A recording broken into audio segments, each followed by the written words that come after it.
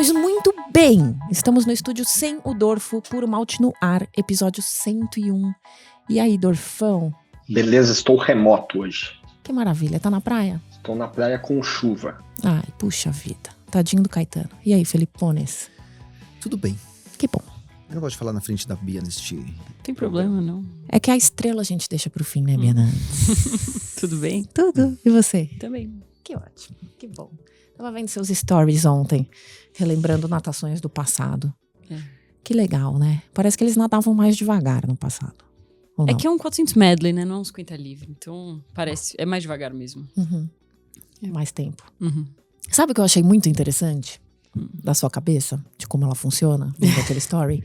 Que assim, ela postou o story do cara nadando. Quem era? Desculpa. Thiago Pereira. Thiago Pereira. Aí ele, muito esforçado, muito. Você vê que ele se esforça demais e ele chega em primeiro. Uhum.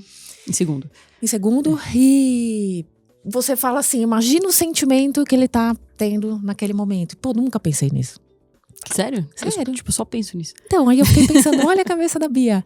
E aí eu achei muito legal você propor essa reflexão de 14 segundos, dispensar 14 segundos do seu dia, olhando aquilo. E aí eu fiquei pensando muito. Sim.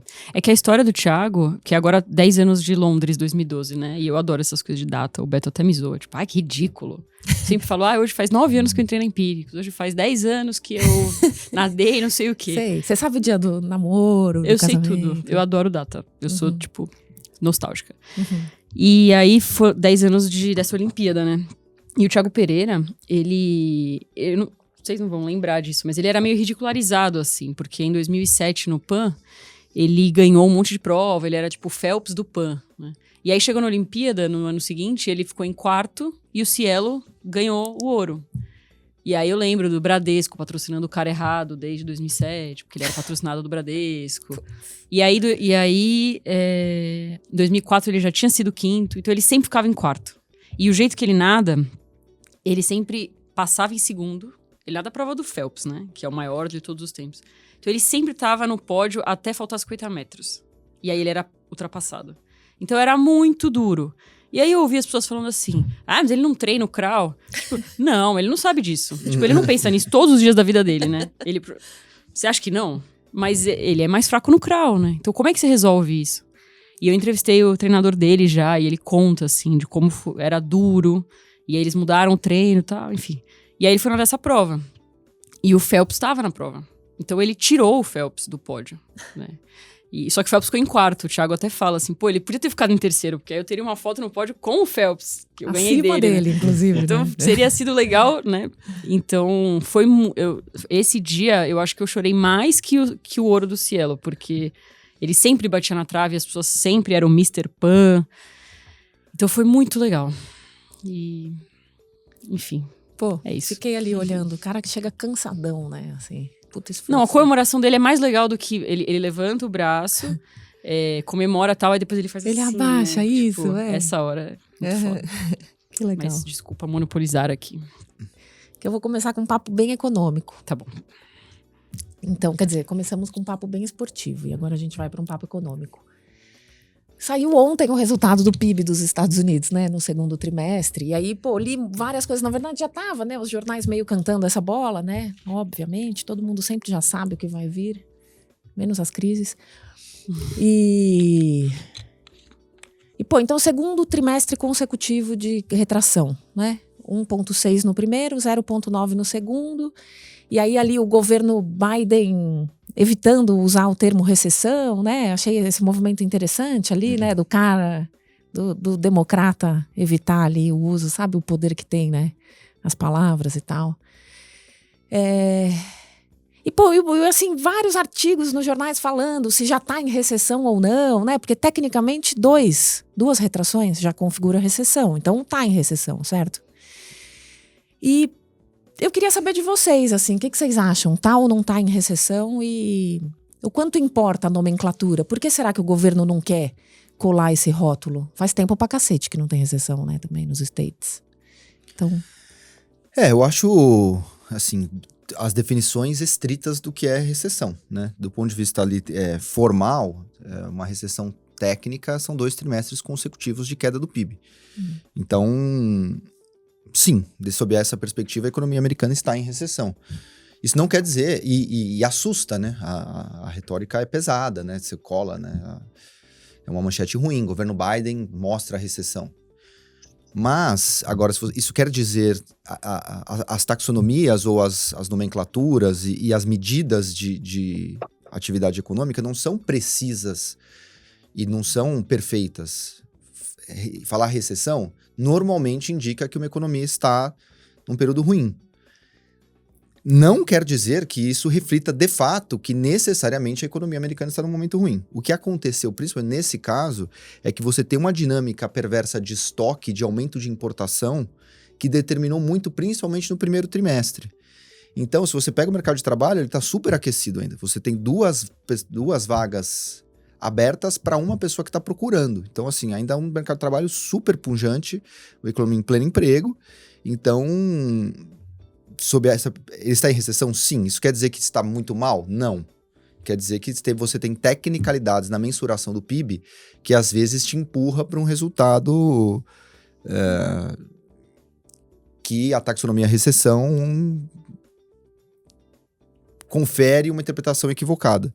Vamos abandonar então isso? Não. Quer dizer, simplesmente essa medida ela é boa, ela não é perfeita, ela tem suas fragilidades e essa é uma delas. Uhum. Dorfão. Aqui voltamos à antiga questão, né, da economia, da dismal science, né? A economia não é uma ciência exata, então ela precisa de convenções. Boa parte dos conceitos econômicos são dependentes de convenções, né? Então, pela convenção que se adota, 2 trimestres consecutivos de queda do PIB, recessão, né? Bear market, caiu 20% desde o último pico. Então, podemos aqui ficar sexo dos anjos discutindo se é uma recessão ou não, mas a gente, na prática, acaba trabalhando com essas convenções, né? Até entendo o Biden não querer usar a expressão ou falar assim, é apenas uma recessão técnica, né? Não sei qual que é o outro tipo de recessão, então, né? Se existe uma recessão cultural, artística ou alguma outra coisa. E até porque rola outra questão da economia que é muito complexa, é a tal da profecia autorrealizável, né? De repente você tem uma recessão técnica, leve, mas está na capa de todos os jornais e o presidente falando e aquilo ali vira uma recessão de fato, né? Por vários trimestres. Agora, a macroeconomia é muito complexa, né? Como o Felipe falou, tanto no Brasil quanto nos Estados Unidos, você pode ter no mesmo corpo econômico, notícias boas e ruins convivendo juntas, né? Então, pega o Caged no Brasil. A gente gerou mais de 1 milhão de vagas formais de emprego e você conversa com qualquer pessoa aí na rua, ninguém tá feliz, né? Tá todo mundo reclamando que a economia tá uma merda. Então, essa leitura de um indicador específico nem sempre conversa com o sentimento da sociedade, né? Eu fiquei pirando nessa coisa da nomenclatura, né? Também, porque trazendo para nossa vida, assim, para o dia a dia comum, ontem eu fui mais cedo para casa, o Tim tava com febre, e a musicoterapeuta do Nico tava lá em casa, né? Ela é maravilhosa, uma artista, multi-instrumentista, e ela leva vários instrumentos, e ela é aquela pessoa que grita, sabe? Uhum. Ela chega gritando e tal, assim. Eu não sou essa pessoa, eu sou muito mais quieta do que falante no meu dia a dia, assim, sabe? Uhum. Eu gosto do silêncio. Mas pro Nico é muito bom quando ela chega, porque ela põe energia. Sabe aquela pessoa, assim? Os argentinos falam com huevos, né? Com bolas. Com saco, sei lá. Assim, põe Culhões, isso. Então ela chega, né? E põe essa energia e tal. Aí, bom, terminou a sessão, né? E a gente foi trocar uma ideia um pouco, tal, falando. E aí, aquelas coisas, tal. E ela comentou comigo que a mulher dela foi diagnosticada com autismo agora. Tipo, há 2 anos. E elas têm, assim, 40 e tantos anos, sabe? E aí, ela me disse assim, a mulher dela também é terapeuta. Então, imagina, essa é a especialidade dela e ela mesma nunca conseguiu se diagnosticar, né, com autismo e tal. Aí eu falei, porque elas têm um filho com 1 ano, 2 aninhos, e ela falou, a gente também tá na luta do meu filho, né, tal, porque, claro, eu tenho certeza que ele é autista, mas ainda a gente não conseguiu fechar o diagnóstico. Por quê? O que ele apresenta, assim? O que você acha? Ele olha pouco nos olhos das pessoas que não são a família, assim, próximos. E ele organiza muito, né, as coisas, alinha sempre os brinquedos, e ele é muito, aqui é o lugar dos carrinhos, aqui e tal, fala pouco. Quase não fala. Ela falou que ele, às vezes, fala e nunca mais repete aquela palavra, sabe? Aí eu falei, pô, caramba. Aí que ela me contou, ela falou, como ele nasceu do óvulo da minha mulher, então ela teve esse diagnóstico e ele tem essa genética. E eu falei, caramba, que louco, né? Ela com quase 40 anos ter esse diagnóstico. Aí ela me disse, você não sabe como isso foi bom pra ela. Porque ela era tipo uma pessoa estranha. Assim, ela não gostava de sair em grupo. Ela não gostava de conversar com pessoas que ela não conhecia. E ela tinha dificuldade em algumas matérias específicas, que ela não mencionou qual, ou certas execuções, assim, na faculdade. E aí a coisa da nomenclatura, né? Quando você tem o nome, também você consegue identificar determinadas coisas e talvez agir com mais precisão, né? Então, quando eu tava montando a pauta, eu fiz um pouco esse paralelo, sabe? Com a vida como um todo. Porque com o Nico, a gente também passou isso. Quando o Nico adoeceu e, pô, ficou muito mal, aí começou a convulsionar muito, muito, muito, né? A gente já tava no hospital, na UTI e tal. O que eu queria era um nome, entendeu? E eu não me conformava, que a gente fazia 1 milhão de exames e tudo dava negativo. E eu ficava puta. Eu falava, não é possível, doutor, que você estudou isso tudo e você não sabe o que o meu filho tem. E você precisa do nome, né? Porque, de certa forma, sei lá, você vê, por exemplo, o síndrome de Down, né? Hoje é uma coisa muito documentada, né? Assim, tem que fazer tal terapia de tal jeito, você tem o risco de ter problema cardíaco, sei lá, tem 1000 coisas, tá mapeado, né? Sim. Então, é meio isso que o Dorfo falou, né? Então, porra, você tem lá as nomenclaturas da parada que apresentou isso, isso e isso, você tem tal diagnóstico, né? Só que às vezes realmente esse nome não existe, né? Com a diferença de ciências sociais para as demais ciências, né? E das biológicas para as naturais ou físicas, né? Porque o hard science é diferente aqui do pouco do... Pô, é isso, você tem doenças que elas são... É absolutamente mensurável, né? É isso, síndrome de Down é síndrome de Down. Tem vezes que a ciência às vezes não descobriu ainda o que é Covid, né? Não tem dúvida de que aquilo ali é o Covid, ele representa adequadamente o que é o... Então, o problema um pouco da economia é porque o clássico, que o Rodolfo chamou de small science, né? Mas o George Soros chama dos physic envies, né? Os invejosos da física, que é isso, que a economia é uma ciência social, só que as ciências sociais, na escala da academia, as ciências sociais são percebidas como ciências mais pobres perante o hard science, que as ciências naturais, sobretudo. Então, a economia tentando se elevar, ela, com inveja da física, ela se matematizou muito e tentou se aproximar de uma ciência natural ou exata, né? E aí dá chabu, porque a economia é uma ciência social. Não é uma ciência natural. Claro. Eu fiquei pensando nisso que você falou da nomenclatura, lembrei de um podcast que eu ouvi, do problema de você também banalizar, assim, como a nomenclatura é importante e o cuidado para você não banalizar os nomes, né? Então era aquele podcast da Uma Estrangeira que eu já citei aqui. Você tá fã, né? Parei agora um pouco, tem um outro, vou indicar hoje já. É uma mulher também. Mas ela entrevistou a mãe dela, Uma Estrangeira, que é antropóloga nos Estados Unidos, agora eu já stalkeei a vida dela inteira. E a mãe dela acho que é psicóloga. E aí ela fala como assim, cara, é muito bom que hoje se fala muito sobre doenças mentais, né? Isso é ótimo. Mas, ao mesmo tempo, é um pouco perigoso você ver pessoas falando que tudo é uma depressão. E não é. Então, assim, isso parece legal, porque você tá falando mais, mas você tá banalizando uma coisa que é uma doença. E aí, às vezes, até isso é pior. Porque aí a pessoa fala, cara, mas se todo mundo tem depressão, então não é, né? Então, assim, cara, toma cuidado que depressão é uma coisa, tristeza é outra. Tristeza é parte da vida. A gente vai ficar triste, a gente vai ficar... Melancolia é uma outra coisa. Mas depressão é depressão e é remédio. E aí eu lembrei de um caso de um marido de uma grande amiga minha, que ele relutou muito a procurar ajuda, porque de tanto ver pessoas, assim, usando erradamente, ele achava assim, cara, eu não tenho isso, né? E ele tinha. E então, sei lá. É um pouco isso mesmo também, que eu fiquei pensando. Sobre tudo isso, porque essa questão do Nico especificamente, assim, a gente nunca teve um nome. Talvez a gente tenha no futuro, se descobrirem um dia e tal. Mas, não se enquadra, né? A maneira como ele desenvolveu ali o adoecimento dele não se enquadra em nada, né? Se enquadra num grande bolo que chama FAIRES, que é um estado que colocam todas as pessoas que não entraram em nenhum outro diagnóstico. Então, o residual, não explicado. E que é esse diagnóstico por exclusão, porque como você não tem nenhum positivo, aí, por exclusão. E aí, você acredita no diagnóstico por exclusão? Quando não sair ali o negócio, não. Foda, né? Sim. Então, é isso. A economia também sempre...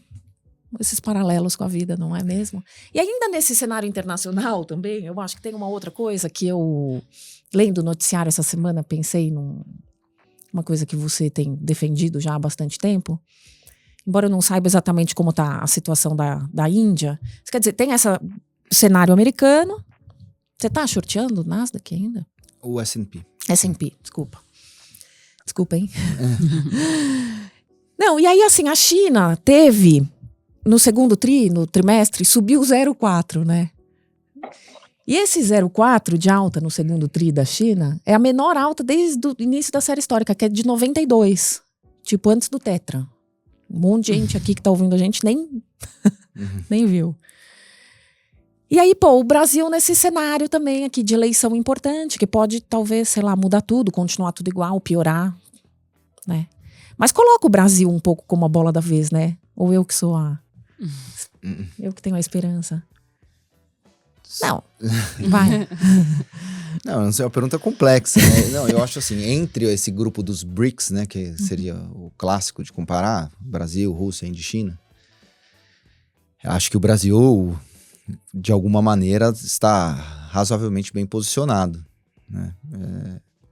Por exclusão, diagnóstico primeiro por exclusão. Primeiro da Série B ali, né? Porque a Rússia, né, tá com um probleminha de complicadinho.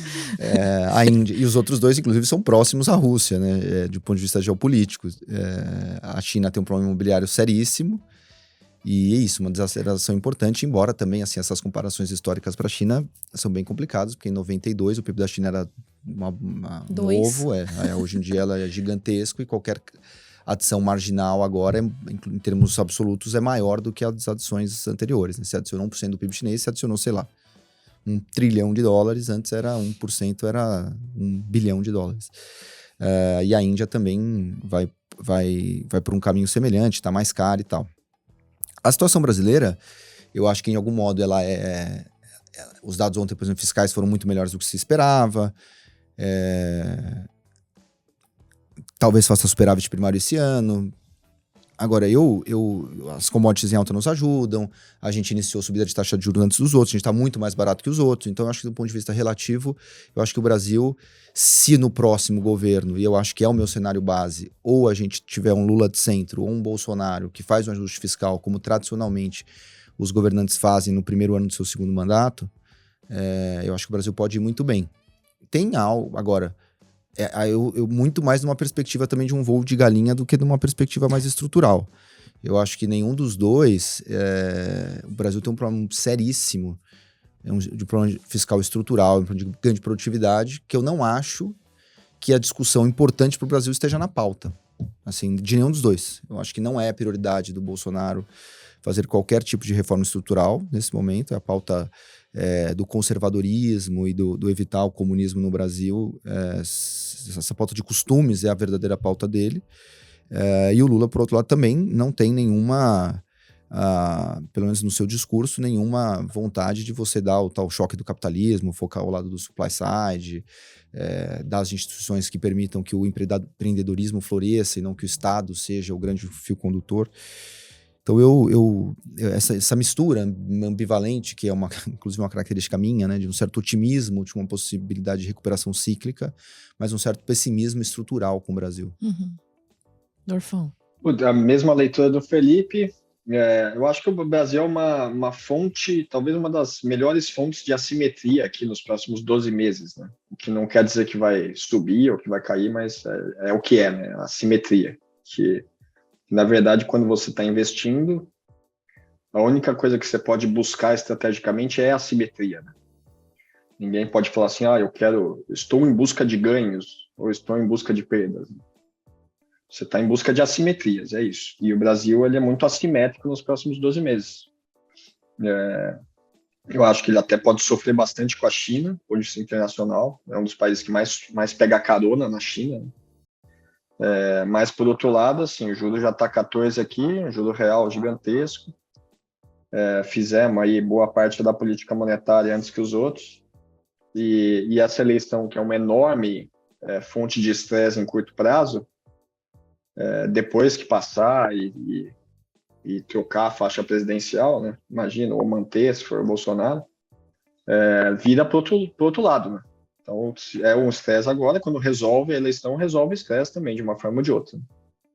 Então, eu fico animado em olhar para o Brasil agora do ponto de vista de investimento, né? Acho que os gringos estão focando em outras coisas agora, estão com problemas em seus próprios quintais, mas o Brasil me parece uma história interessantíssima, olhando para frente. Quanto que a gente tem que ter em ação agora? 40? Putz, essa é uma pergunta que vou responder de uma forma muito asquerosa, né? Mas é a única... Depende do seu perfil de risco. Mas é verdade. Qual o assim. range? Entre 10 e 90. Não, eu acho que eu acho que assim, lá fora, eu acho que as condições estão tá muito precificado por uma coisa razoavelmente boa, excessivamente boa. Então não teria muito bolsa internacional. A gente tá subalocado em bolsa internacional. Teria pouco, ou talvez nem teria. Bolsa doméstica, eu teria bastante se você tivesse disposição a risco. Então assim, um conservador que deve ter entre 0 e 10, dá para ele ter ali o seu 7,5, alguma coisa assim.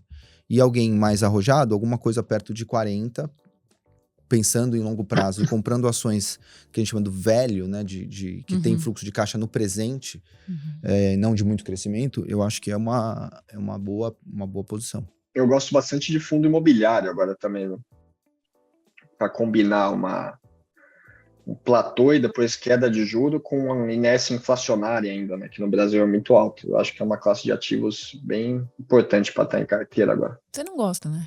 Não, gosto sim. É que o Rodolfo é um real estate guy, né? Um cara que é um grande proprietário de ele é um próprio fundo imobiliário. Né? Então é por isso que eu sou perto do Rodolfo, eu não gosto, mas eu gosto. Tá equilibrado a sua carteira? Eu não posso ter fundo imobiliário, mas eu gostaria de ter. Eu curto essas coisas de renda.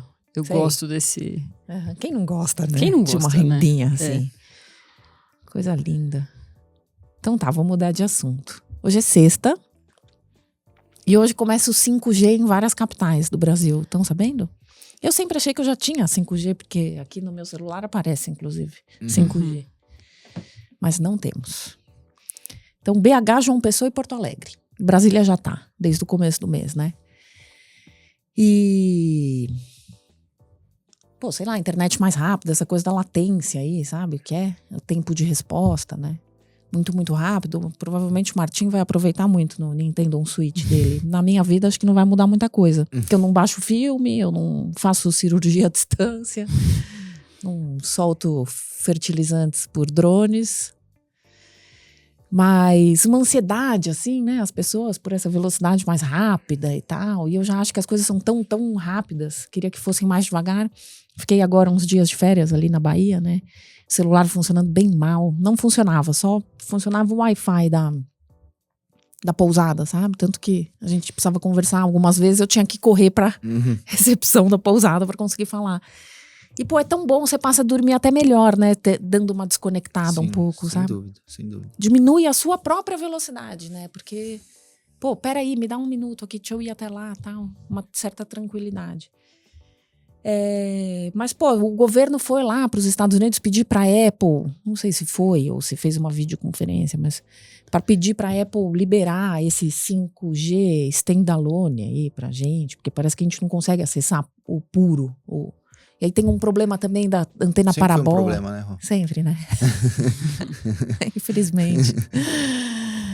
Só em outros países é mais fácil, mas... sei lá, já nem sei mais onde Falar eu tava. sobre 5G, acho que Desculpa. discorra, né? Aquele...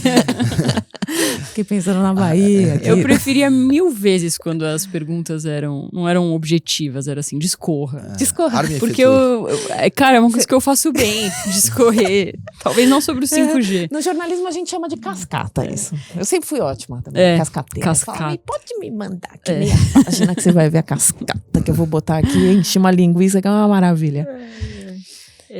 Eu cuido, né, sei lá, uma das áreas minhas aqui é tecnologia, e eu não sou uma pessoa muito tecnológica, então é um negócio difícil pra mim, eu preciso estudar muito.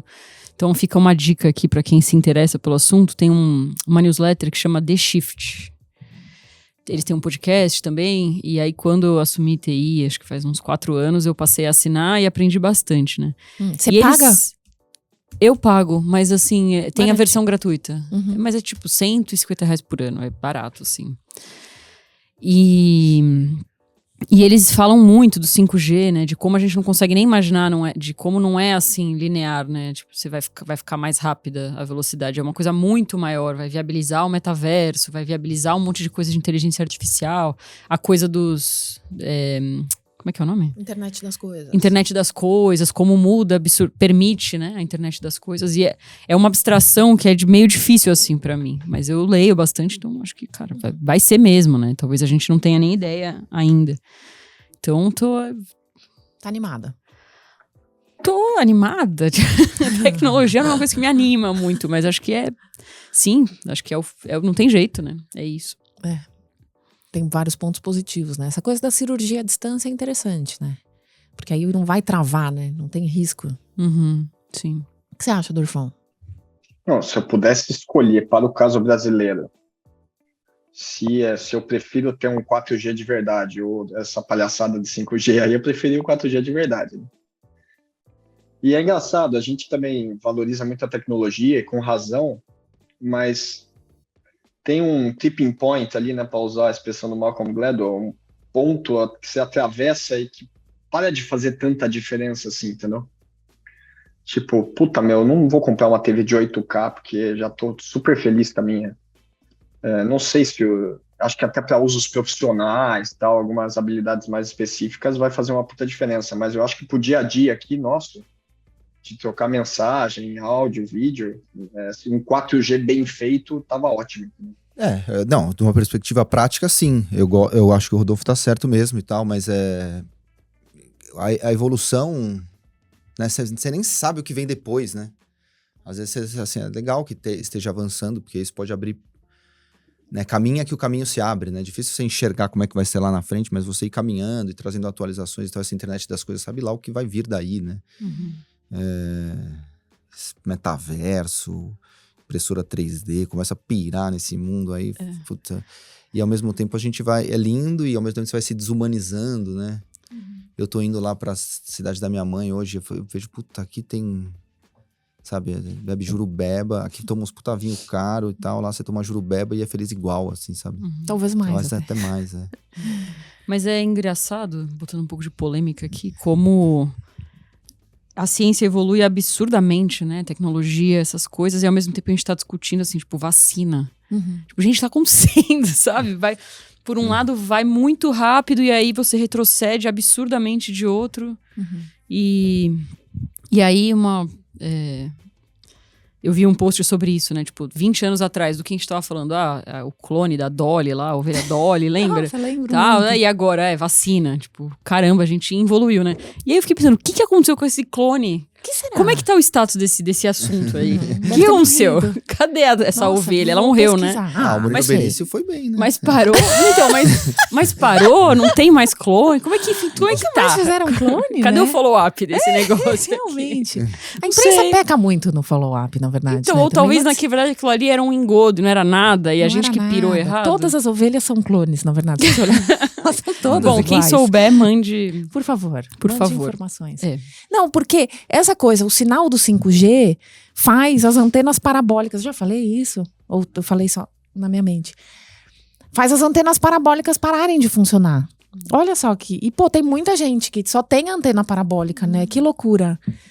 Meio pensando nessa não linearidade. Ou será que não era melhor mesmo ter um 4G, um 3G que funcionasse, assim? Sim. E E aí acho que até tem que ter um investimento dessas pessoas para fazer a antena parabólica voltar a funcionar, assim. Foda, né? Tem gente com antena parabólica e o outro tá... Desigualdade é foda. Não quero te provocar. Não, mas isso que você falou é um assunto que me incomoda muito. Não me incomoda, ou me interessa, ou me... A Dolly? Não, é esse negócio de, tipo... Porra, eu achava... Eu perguntei isso pro Malan, numa perspectiva brasileira, e perguntamos também... pro Malan. E eu queria perguntar pro Fernando Henrique também, mas ele aposentou-se, parece, das palestras. Mas Pô, eu né, sei lá, minha adolescência ali, Plano Real, né, Armínio, Lula 1, aí veio a Dilma, aí veio o Temer, aí veio o Bolsonaro, né, porra, e parecia, em algum momento, pelo menos, a gente foi tomado de um certo entusiasmo, de que, porra, agora vai, né, e aí, pô, alguns temas, né, que pra mim eram, porra, vacina, orientação sexual... porra, fumar maconha, sabe? Uma coisa assim, meu, vamos deixar. Parecia que o mundo tava meio indo, né? Sim, planeta terra plana. Meu, que isso, cara? Pô, sei lá, né? Pô, matar o coleguinha não é legal, né? Tipo, morder não é legal. Então, parecia que haver certos... Tem umas questões difíceis no mundo, né? Sim. Tem outras que são meio... Pareciam... Não que tava resolvido, mas tava caminhando. Endereçado. E agora parece que não, que tipo, porra, o mundo não é um mundo, a sociedade vai ficar melhor.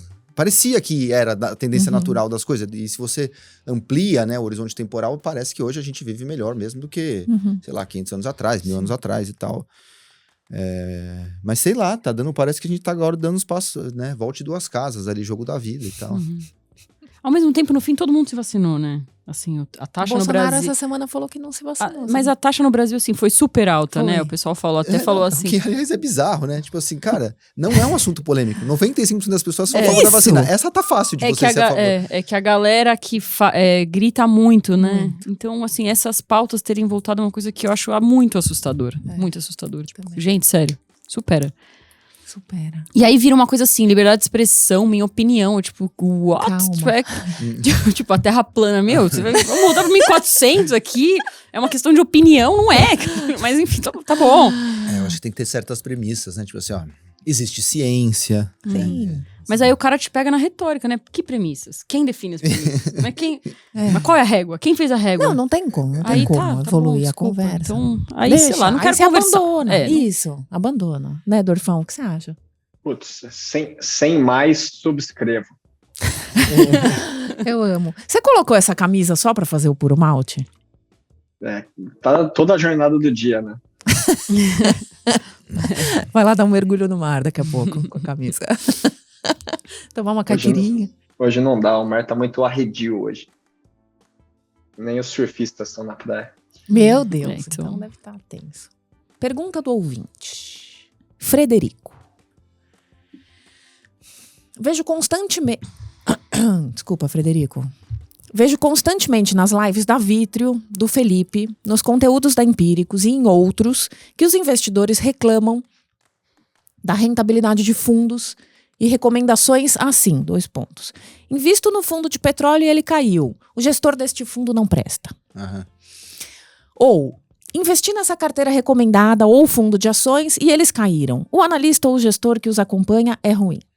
Mas quando se olha a referência daquele fundo ou carteira, o petróleo caiu ou a bolsa está em baixa. Então, é óbvio que o fundo ou carteira iria acompanhá-lo. Ou seja, não tem a ver com o gestor, é questão de lógica. Pergunto. Ao longo do tempo, a maioria desses investidores irão entender o que estão fazendo e a lógica dos investimentos, ou vocês acreditam que a maioria se frustrará e deixará o mercado antes de compreendê-lo? O que vocês acreditam ser essencial para os que continuam, resistem ao tempo e prosperam? Boa pergunta, Frederico. Gostei muito da sua pergunta. Um beijo. Dorfão. Puta, acho que a maioria não vai entender, infelizmente, mas temos uma solução construtiva para isso, que já vem ocorrendo principalmente lá fora, que é o investimento em ETFs, né? Essas pessoas que não entendem ou que não estão dispostas a encarar a diferença entre um bom trabalho e o resultado, né? Você pode ter um excelente trabalho e ter um resultado ruim temporariamente. Migram para o índice e casam com o índice, aí não podem reclamar do gestor, né? Podem reclamar da vida, da bolsa, do 5G. Do presidente, do 5G, exatamente, mas do gestor não. Não, acho que é uma distribuição, né? Assim, vai ter as pessoas que nunca vão entender, vão ter aquelas que vão entender, tem aquelas que já entenderam, tem aquelas que sequer se interessaram. Mas eu tô mais achando que mais pessimista. Em paralelo ao que a gente tava falando agora, pô, não sei se a gente vai evoluir tanto. Tive mais esperança, sabe? Com a educação financeira e tal.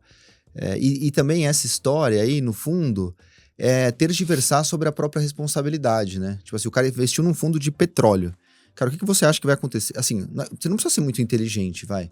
Você investiu num fundo que chama Vitro Petróleo. Se o petróleo cair, o que você acha que vai acontecer com esse fundo, né? O gestor... Pô, cara, foi você, o erro é seu, entendeu? As pessoas tergiversam sobre as próprias responsabilidades. É muito mais... Ninguém quer se assumir um idiota, né? Então, é sempre mais fácil você transferir para um outro os seus próprios erros, ou sua própria falta de entendimento, uma decisão errada, um fundo que você comprou que não está alinhado ao que você deveria ter feito, o seu nível de aversão a risco e tal, o seu suitability, né, para usar uma palavra zoada. Mas também sem de fugir da responsabilidade, assim, a gestão ativa, né, diferente de assim, e aí a gente erra também como analista, como gestor. Então, quando é gestão ativa, você está perdendo sistematicamente do Ibovespa ou do Small, a depender de um fundo de ações, né? Um fundo de ações está perdendo muito do Small. Pô, o Small tá mal no ano, né? Você deveria estar perto do Small. Então, o Ibovespa até é uma referência ruim, porque assim, só sobe banco e commodity, então pouquíssimos mesmo estão ganhando do Ibovespa. Agora, você está brigando com o Ibovespa num ano como esse, pô, bom gestor. Você vai ter que analisar qualitativamente os desempenhos. Uhum. Em defesa das pessoas, né? Essa entidade aí. E... Eu sofro bastante, assim, quando eu vejo meus investimentos caindo. Então eu entendo, sabe? Tipo, eu tenho uma tentação enorme agora de vender ação. Tipo, eu vejo o índice 97 mil pontos. Meu, pelo amor de Deus, o que eu tô fazendo aqui? E eu sei que eu deveria esperar. Eu espero, mas assim, dói. Então eu entendo, sabe? Na prática é muito difícil você ver seu dinheiro. Às vezes você pensa, puta, eu coloquei 10 mil reais que eu ganhei suado e tal, e virou 7. Tipo, em um mês. Pô, que saco, sabe? É chato perder dinheiro. Lógico. É chato. Melhor e coisa... esse tá longo. Esse, assim, em janeiro de 2020, tava 120 mil pontos. Assim, cara, em 3 anos a bolsa caiu 20%. E o CDI no período foi enorme, né? Agora, uma coisa, que ele trouxe o tema aqui dos fundos temáticos, né? Que é uma coisa que... não é que é uma bandeira, mas é um diferencial da Vitrio. Você tenta falar de alocação. Ou assim, esse é um momento legal para você entrar em quê? A gente acha que é um momento interessante para comprar ação, sabendo que pode cair antes de voltar a subir. Então, assim, tem uma parcela em renda fixa, tem uma parcela em ação, tudo depende do como você está alocado. Mas é muito difícil captar para ação agora. Tem as matérias lá dos fundos perdendo, tendo muito resgate e tudo mais. E aí, assim, você precisa captar alguma coisa. E no caso dos temáticos, às vezes a gente vem com essa inovação no mercado de ter um fundo de metaverso, de ter um fundo de petróleo, de ter um fundo de urânio. E aí você manda um e-mail falando que ele foi lançado. As pessoas, em geral, só capta o que está subindo. Então o cara entra no urânio nele na máxima. E aí uma hora ele cai. Tipo assim, faz parte da dinâmica. Então eu entendo a tentação de você entrar no que está subindo, mas assim, não... né? E muito importante pensar na alocação, sabe? Você não vai colocar toda a sua grana em metaverso, em urânio, em petróleo, né? É muito importante. Acho que a coisa mais importante, e essa eu já incorporei. Então, assim, é muito difícil perder dinheiro, mas eu olho muito essa coisa da alocação. Então, também, assim, o fundo de ação que não sobe quando o mercado tá subindo, tipo, não cai, mas também não sobe quando o mercado tá subindo, também não adianta nada esse fundo. Então, acho que... sei lá, você fala bem melhor de alocação do que eu. Não, mas é como eu vejo hoje em dia. Então, hoje eu consigo olhar... Essa pegadinha mental, né, na verdade, de você entrar no que tá subindo, né? Por isso que eu nem olho meus investimentos. Não olho mesmo. Eu olho. Eu nem sou tão organizada assim de saber quanto eu tinha ontem e quanto tem hoje. Eu olho Ainda todos os dias, praticamente. Nossa, faz muito tempo que eu não entro pra ver. Tudo nosso, nada deles. Felipe Miranda. Estagflação ou recessão? Não, um tá contido no outro, né? Sempre. Não, a estagflação é pior do que a recessão, né? Porque é recessão com inflação. Então é um dado. Eu Estados preciso Unidos, preferir. Eu preciso preferir a recessão à estagflação, porque Um tá contido um no tá outro. contido no outro. Então são duas coisas ruins. O outro é uma coisa Eu sei. ruim só. Tô sabendo, mas, pô, não dá pra ter só estagflação sem recessão? Não, porque a estagflação é a soma da uma economia estagnada com inflação, ou estagnada ou caindo, né? Uhum. Então é como se fosse recessão mais inflação ou recessão. Ah, só recessão, pelo menos os preços estão caindo, Certo. é melhor. Então, beleza. Então os Estados Unidos hoje estão em estagflação. Porque não tem inflação. Poderia.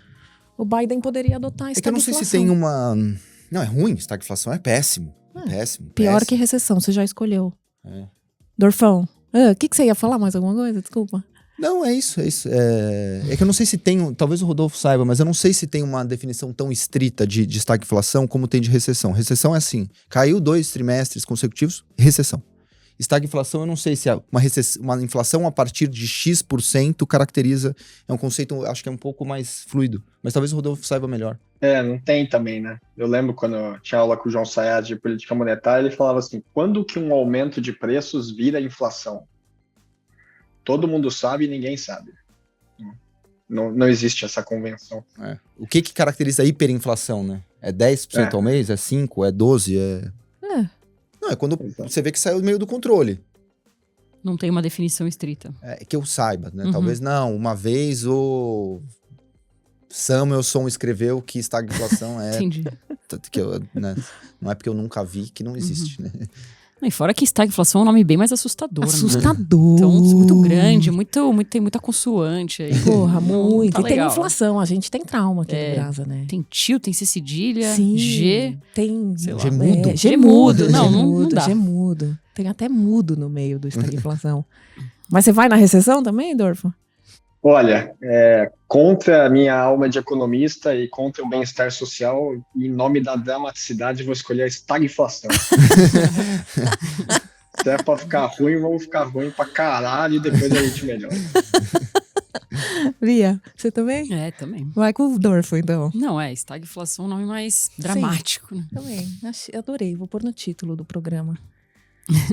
Cuscuz marroquino ou paulista? Marroquino.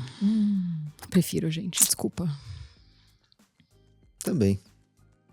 Nossa, os dois vão me fazer muito mal. Eu vou ficar com o paulista aí. Cuscuz marroquino é muito fácil, ele é a prova de Bia. Até eu sei fazer, entendeu? Então, Você não cozinha nada, Bia? Só eu cuscuz marroquino? até cozinho, mas não bem, sabe? Só pra mim, nunca, assim, Sei. não rola fazer um almoço, é uma coisa que eu tenho um pouco de Que inveja que de quem consegue. Macarrão? Não como Cuscuz muito marroquino? carbo, mas sim, macarrão. Mas eu consigo errar o macarrão. Gente, não é tão simples o macarrão, né? O ponto ali Não. é al sim. dente, não sei o que, às vezes fica... Não. Tem uma dica muito infalível. Joga na Olha parede. na embalagem. Não, Falou, olha, mas 8 aí eu minutos. erro no fogo, sei lá. Não, fogo Quantidade alto, de... nunca baixa. Põe a água pra ferver e salga e experimenta, tem que estar salgado igual o mar. Não, eu Sabe sei que... Gente, eu me Ferveu, viro. joga o macarrão. Uhum, Faz o tanto de minutos, escorre, tá pronto. tá. Tanto, não tem erro. Não, eu cozinho, eu me viro. Uhum. Eu faço ali as coisas. Até Peixe, cuscuz carne, marroquino. não sei o quê. Peixe eu Mas não assim, faço, fazer não. um banquete, tipo, Sim. minha mãe faz, Aham. não consigo. Ainda. Conseguirei. certeza. Eu sou machista e eu acho que faz parte que você tem que saber, entendeu? Eu não sei, eu acho que é uma falha. Eu acho que eu tinha que saber. Não, mas acho que todo mundo poderia fazer. Eu acho que Não tem é- que- não é todo maci- mundo tem que machista. saber. Acho que assim, o homem, eu acho que também... Tem que saber.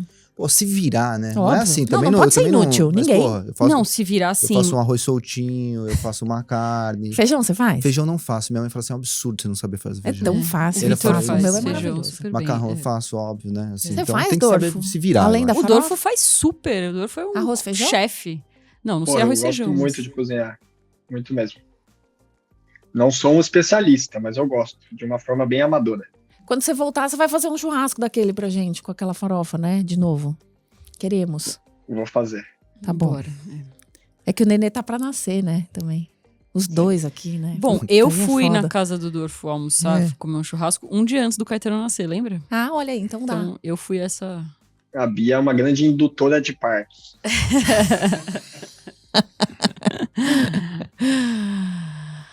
Então tá. Tudo nosso, nada deles. Último. Você, Bianantes. Pirâmides do Egito ou Torre Eiffel? Ai, gente, eu sou dessas. Que Da louca Torre por Paris. Eiffel. Mas eu tenho muita vontade de ir pro Egito. Também. Muita, tenho vontade. Deve ser bem legal. Porra. Negócio bem antigo, né? Acho que é difícil comparar. Torre Eiffel é... Acho que assim, é um símbolo de Paris, que é uma cidade que eu acho muito encantadora. Eu acho que, pô, Paris, sabe? Mas, pô, os caras fizeram aquelas pirâmides Como, há né? sei lá quantos anos atrás. É muito louco, né? Impressionante. Felipão. Acho que por aí também. Mas eu tinha muito... Eu pirava quando eu era criança nas pirâmides, assim. Falava, nossa, As múmias, lembra das Porra, múmias? meu, aquelas esfinges e tal. Aí depois eu fui falar assim, meio... Eu achava Cleópatra, assim, não sei, tinha tesão na Cleópatra. Sério, eu tinha muito tesão na Cleópatra. Ela era linda. Você tá em voz Então, Cleópatra no assim, título. pronto. Tesão na Cleópatra no título, é isso aí. Mas aí eu fui me desinteressar. Cleópatra. Ah, não. Elizabeth Taylor. Confundi aqui. Pupilas cor de púrpura, sei lá, roxa. Tá ligado? Não sei. Não... Mas a Cleópatra ela era bem incrível. Mas não tem um lance que todas chamavam Cleópatra, mas aí tem uma que é a Não, que era a mais... faraó mulher, né? A então. Cleópatra. Mas tem uma lá que é a... sei que é lá, aquela eu penso que um causou- pouco na Medusa quando eu penso na Cleópatra. Não? Medusa. É. Mas acho que a Cleópatra existiu real. Sim, assim. existiu a Medusa, não? Tipo sereia, né? Eu já não lembro. Mas Egito deve ser da hora. Dorfão, pirâmides ou Torre Eiffel? Não dá pra comparar, né? A Torre Eiffel foi feita pelos homens, né? As pirâmides foram feitas por extraterrestres, né? Muito mais instigante, né? Também acho. Martim é fascinado. Mas me chama a atenção esse negócio do conhecimento, né? Aquela matemática da geometria analítica ali, né? Como é que os caras... Aquilo era tácito, era formal, era estrutural e se perdeu no tempo?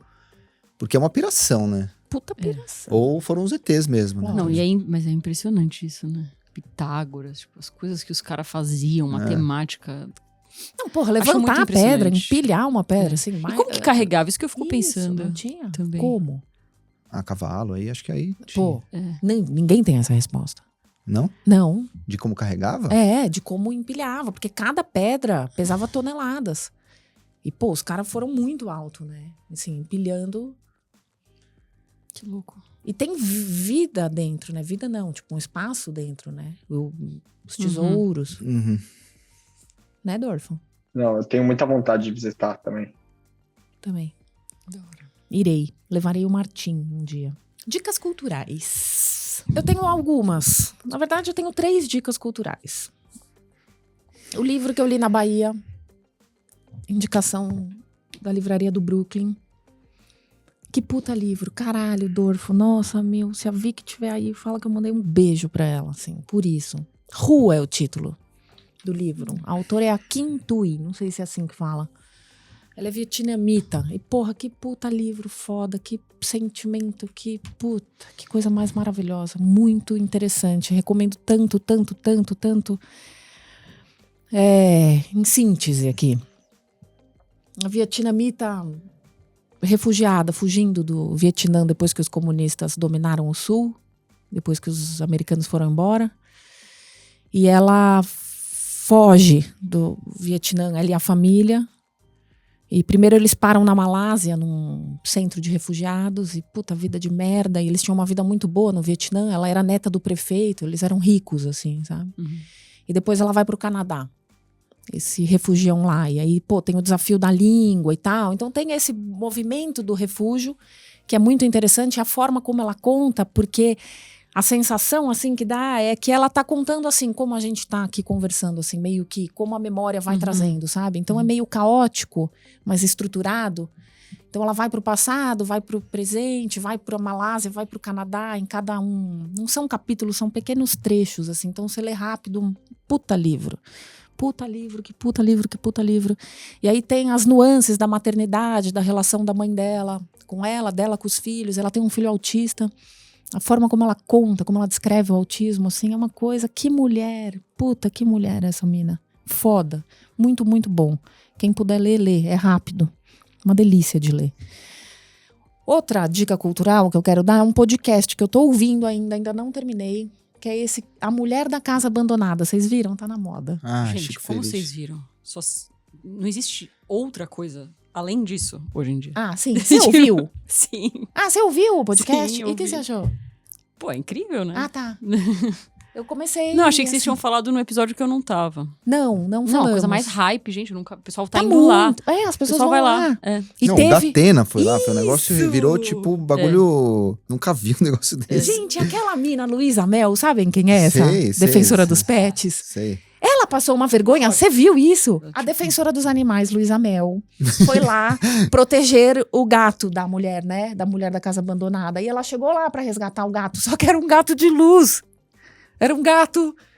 Artificial. Não, era um gato pra entrar luz na casa abandonada, Um entendeu? gato, Um gato de luz. da Light, assim. Da Light. Gato da favela da do Rio. Enel. Era um gato. Então ela recebeu a denúncia de Nossa. gato e ela chegou lá, cadê o gato? Ah, tá no poste, Nossa, entendeu? que vergonha.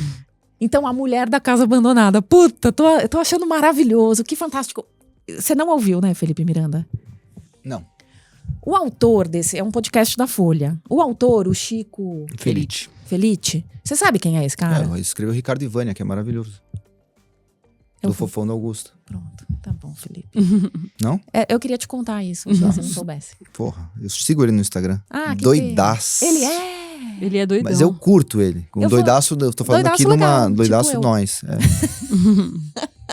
Não, eu comecei a ouvir, eu quase te liguei na hora. Uhum. Caralho, Felipe, você tem que ouvir, porque o cara fala assim, logo no primeiro episódio, assim, uma das principais, melhores matérias que eu fiz na minha vida foi o perfil do Fofão da Augusta. foi o que... Ele que revelou, né? Eu não e eu, sabia. porra, eu convivia muito, porque ele ficava ali no São Luís, né? Ele saía da Doc Lobo ali, e ele tava sempre transitando por lá. Eu ficava com essa mistura de simpatia, interesse e medo por ele, porque ele era uma figura... E ele era meio agressivo ali também, quando você não queria pegar os panfletos dele ali do Parlapatões e tal, aquelas coisas doidas dele Então era uma figura meio... Ambivalente. ambivalente, Ele morreu, emblemática, será? assim, Sumiu. morreu. morreu. Ele morreu. Morreu e teve uma lei, Ricardo, também por conta do livro do Chico Felice, é uma coisa séria isso aí.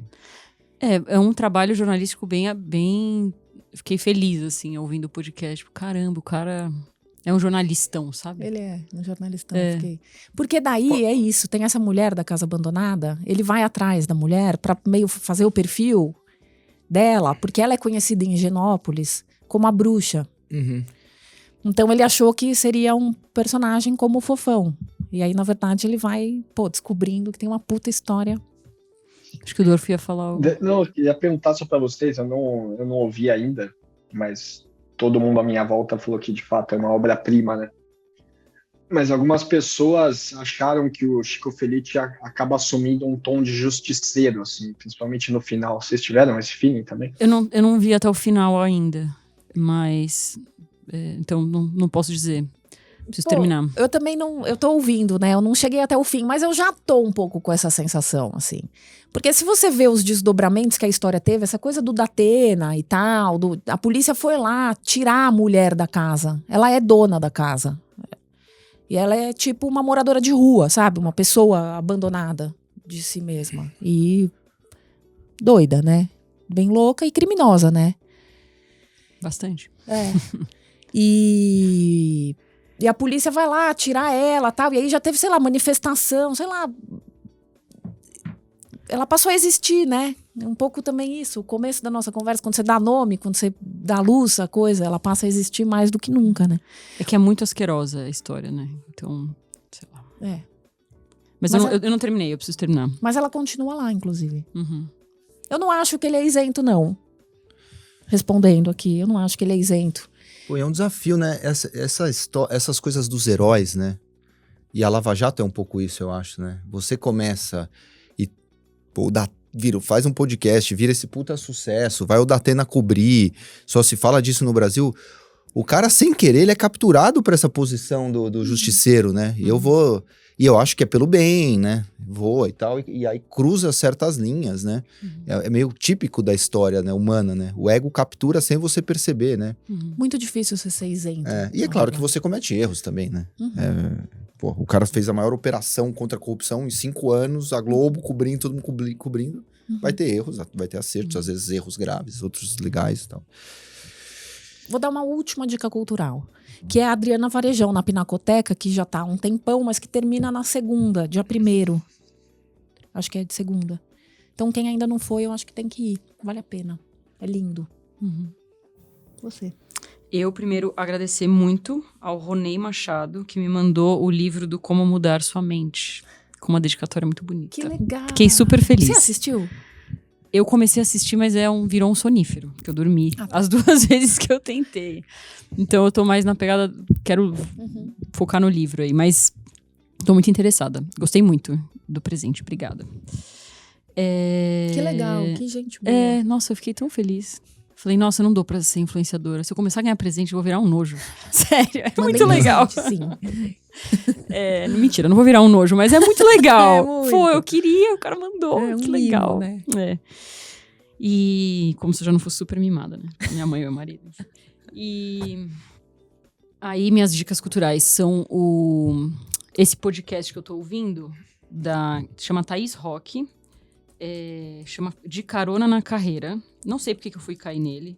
E aí, especialmente o episódio com a Patrícia Bonaldi, que é a Patibô, famosa, que é a que faz aqueles vestidos maravilhosos e tal. Gente, eu achei essa mulher um escândalo, assim, super consciente, uma história que eu não fazia ideia. Acho que eu fui pra um estereótipo meio assim, sei lá, deve ser uma madame. Tipo, eu tô aqui, cheia de preconceitos, né? E é incrível como ela construiu essa marca, a história dela, ela é super inteligente. E construiu mesmo ela, assim, e hoje emprega milhares de pessoas e treinou um monte de gente pra fazer os bordados do vestido. Muito legal a carreira dela, assim, uma mulher bem foda. E eu esqueci a minha outra dica cultural. Daqui a pouco então, se eu lembrar, mas fica essa. Eu tô meio curto aqui de dicas culturais, mas eu vou... Além do Ricardo e Vânia, né, que saiu sem querer, tô lá lendo Viktor Frankl ainda, que eu tive pouco tempo para ler essa semana, em busca de sentido. Mas eu revi O Segredo dos Seus Olhos. Esse filme é muito pesado. Do Juan José Campanella, que, aliás, você pode ver toda a cinebiografia dele, né? Todos os filmes dele que são espetaculares. Mas esse filme em especial é de uma beleza, de uma... E o Santiago, que é o brother dele, puta, meu, que homem. Não lembro. O personagem é um puta bêbado, é o cara que ele sai do... ele é o assistente ali do Darín, né, no filme e tal, e ele, puta, meu, e ele é isso, ele é um puta bebaço, ele fala, puta, meu, eu só quero aqui sair do meu trampo, passar lá, encher a cara, ficar bêbado, se chega um cara folgado no bar, dar uma tretada com o cara, ir pra minha mulher, ela vai brigar comigo que eu cheguei tarde bêbado, e é isso que eu curto, eu não quero encher o saco de ninguém, eu não quero me promover perante ninguém, eu curto esse rolê, me deixa, cara. E um gênio da vida, assim, umas sacadas, e um humor que permeia o filme, a linguagem. Puta, que espetáculo, né? Os argentinos são muito legais. Tem um trecho, eu acho que é ele que fala, porque aí é spoiler, tá? Quem não viu, passe. Depois não vem me encher o saco. 15 segundos. Pula um minuto logo. O jeito que eles desvendam, que é o cara no estádio de futebol, né? Aham. E aí, eu acho que é ele, o Santiago, que ajuda, né? Como que ele desvenda? Ele fala, cara, um cara pode mudar de tudo, de mulher, de país, de cara, mas ele não muda de paixão. Então, eles acham ele no estádio, porque ele foi torcer pro time. Porque ele escreve cartas, e ele escreve cartas citando, eles acham a correspondência do cara, e ele troca cartas com a mãe. eu acho, com uma mulher, em que ele vai citando paralelos com os jogadores do Racing. Aí eu falei assim, puta, onde eu vou achar esse cara? No estádio do Racing. É lindo esse trecho, é lindo. Você pode mudar tudo. Menos a sua paixão. É. Nossa. Em espanhol ainda fica mais lindo. Nossa, fica. Em espanhol portenho, né? Que ganha 1 milhão em cima do Orfão. Eu tenho 3 dicas também. Uma para quem não tem nenhum tempo, uma para quem tem algum tempo e uma para quem tem muito tempo. Ou seja, a terceira nem precisa dar, porque ninguém tem muito tempo. Sim. Para quem não tem nenhum tempo, coloca aí no Google Sadio Mané, the most generous athlete in sports. A história de o Mané, né, que era um jogador ali do Manchester City, agora foi pro Bayern, é o principal craque da seleção do Senegal, estará na Copa do Mundo, e como ele transformou a cidade em que ele nasceu, uma cidade minúscula no Senegal. Puta, esse cara é absurdo, assim, tem um coração de ouro, um textinho bem curto, mas que conta essa história. Para quem tem algum tempo, Cha-Cha Real Smooth, que acho que tá na Apple TV. É bonitinho. Sim. Pô, bonitinho, divertido, bem leve, né? Gostei bastante. E para quem tem muito tempo, comecei a ler aqui a Queda de Gigantes, do Ken Follett, né? São 3 livros, bíblias, contam a história de 5 famílias ao longo do século XX. E a gente reclamando aqui das atrapalhadas dos tempos em que vivemos, mas se voltar um pouco na história e ver a zona que foi o século XX, a gente é um bando de moleque mimado, na verdade. Né? Com certeza, isso eu já sabia. Esqueci de falar o número do telefone, 11 941 460690. Mandem perguntas, críticas, perguntem o nosso endereço para o envio de presentes. A gente gosta de receber presente. E puromalte@empiricus.com.br, pode escrever. Foi ótimo estar com vocês. Pena que você não está aqui, Dorfo. Espero que sexta que vem a gente esteja juntos, os 4 aqui. Estaremos. Que bom. Então tá bom. Um beijo para vocês. Tchau. Até semana que vem.